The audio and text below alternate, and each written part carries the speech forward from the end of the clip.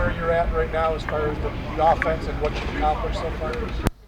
Well, we're playing football in Buffalo. Heck yeah, I'm happy. But in terms of that, we've got a lot of work to do. Just still learning. Obviously, this last preseason game giving us a glimpse of what we can do on a football field. And regardless of who you're playing, if you look at statistically what we did, it was a good day for us. So in order to keep moving on, we got to build on that, learn from our mistakes, and just try to apply it to the practice field. And hopefully it works out in live reps as well. Comfortable would you say you are now? I mean, obviously you've known Ken for a long time, but with him in this new role, I mean, that's a big storyline going into the season. It's just what he's going to bring to this offense, how he's going to put his stamp on it. Just where do you assess things as the preseason here is almost over? I mean, he's doing a really good job. His call sheet, how he's talking to us before games and in preparation for games, making sure that the call sheet that he has for whatever quarterback is out there is the plays that we are comfortable with. And I really appreciate how he's doing that, and I know Case and Matt appreciate it the same way. But in terms of just operation, if you look at the game, we were getting plays in really quickly in order to, or able to go to the line of scrimmage and make checks and make different calls. And I think that's sometimes a growing pain that some offensive coordinators don't see, and obviously I've only been around now too. But that play clock, once it gets to 15, all communications shut off. So you've got to get that play calling quick, and you got to know your next call really just based on what you feel is going to happen during that play. And you got to be quick on your feet, and I think he's done a really good job in preseason so far. Weird him being up top of it. No, not at all. I think Joe stepping down too, being on the sideline with us, just trying to relay what Dorsey's talking to with the coaches, and I think that's a good thing. Like when OCs are up in the box, I think they see things a little bit better. Coach McDermott said there was quite a hefty fine for any flags from the refs from the coaching staff, so I think that also entices Dorsey to go up in the box. He gets fiery, man, but he's doing a great job. Like I said, Joe and having Case and Matt downstairs too, or on the field, going over looks on the iPads. And just kind of talking through things, it's a very comfortable feel. I keep wondering where all these rumors come from. Mostly from you. What? Where there's smoke, there's fire, right? Now that you've had a chance to go through training camp, the OTAs, and a couple of preseason games, so you yourself 6 places, how much does this remove you from last season in some ways, where you can put to rest last season? Or does it work that way? In my mind, it does. It doesn't matter what we did last year.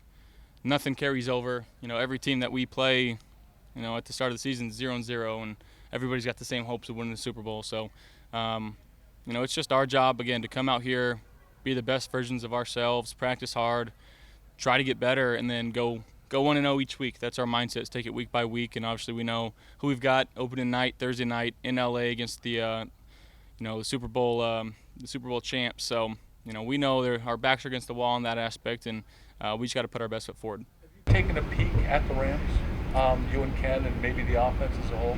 Not too much. Obviously, I think this week is when we'll start to get started on them. You don't want to put too much preparation into something. Again, things change, and you see different stuff on game day, and who knows how they're going to play us, if they're going to play us any differently. And throughout the course of the game, you have to make adjustments, and that's what we'll do.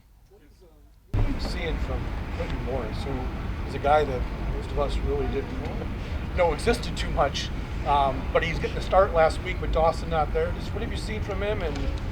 Yeah, I mean, he's for his size, he's extremely athletic. Again, a guy that just works hard and has come into this organization, and everybody loves him based on how he carries himself, how he practices, him in the locker room.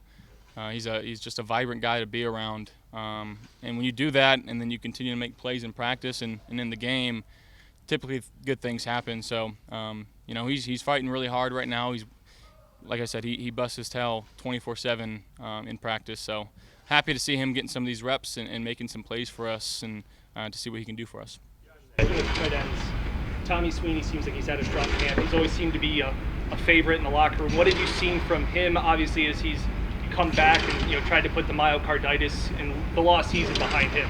Yeah, I think, like you said, it's the strongest camp I've been around. You know what he's been able to do, making contested catches.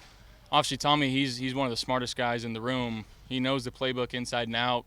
He knows where he needs to be. And like you said, in the locker room, everybody loves him. And you know, when you have a locker room like this, guys gravitate towards each other and guys root for each other. And you know, these competitions, you know, they're competitive by all means, but everybody kind of still pushes for you. And that's what I love about this locker room. Guys are out here busting their tails and just trying to find a way to have a role on this team. How often do you have to deal with Chad Hall? And I guess the second part of the question is, what do you think he brings to the wide receivers you're obviously very close with? Yeah, one, Chad, he played the game. He knows. He's been in these situations with these receivers. So he's not just asking them to do something he hasn't done. Guys love him. I love him. He's infectious. On the sidelines, I don't know if you guys have ever seen him. He's jumping up and down every time the ball's in the air. It's our ball or no ball. You know, and he's very vocal. He's loud. But again, he's got so much respect from so many other guys on the team because he roots so hard for us, and he's trying to teach these guys the right things. And I've got a lot of faith and trust in him, and I know all those receivers in that room do as well.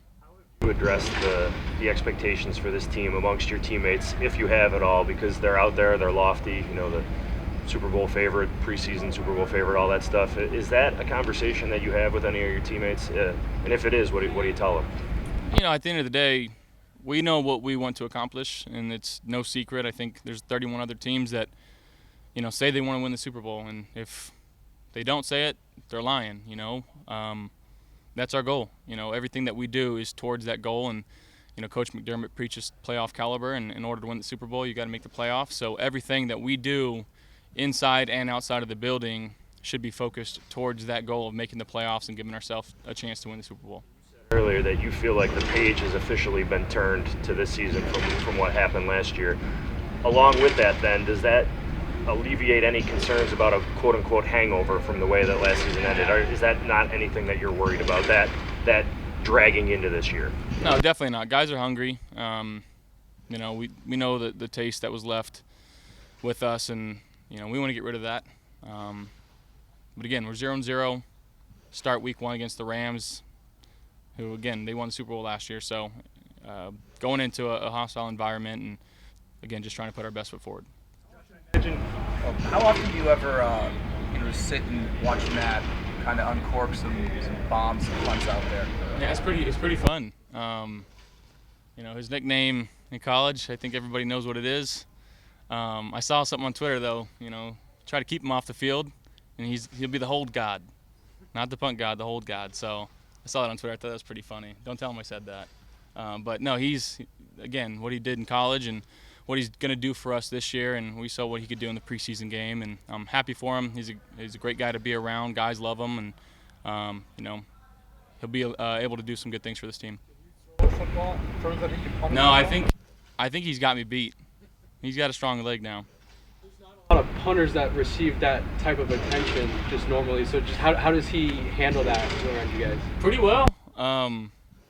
Yeah, he's a football player, man. And I'd consider him and Tyler Bass even, like, they're football players first. They love the game, and they're very good at what they do. So to have those two guys solidified and being able to, like, learn from each other and feed off each other, you know, that whole special teams unit between, you know, Matt, T-Bass, and Reed, and then you throw in, you know, Tywan Jones and Matakevich, you know, just really good core guys that are just great people, and then on the field you see what they do, and they're monsters. Most punting questions you've ever been asked in your life? Absolutely. Absolutely. Keep them coming. That's fine. Now that a little more time has passed and kind of off the field stuff, what impact is Vaughn having? Like, what's it like kind of having him around the stuff we don't get to see? Yeah, I mean, his personality, inside the building, he's completely business. And like I said, the playoff caliber mindset, he really embodies that. Like, everything that he does in this building is structured towards helping this team win a Super Bowl. And guys see that, guys respect that, and it forces guys to be like that. You know, some of these young guys that we have on the edge, and Greg and AJ and Boogie, and being able to learn from him on the field and off the field, really, you know, I think those are invaluable lessons that are going to push these guys and help them become the best that they can be.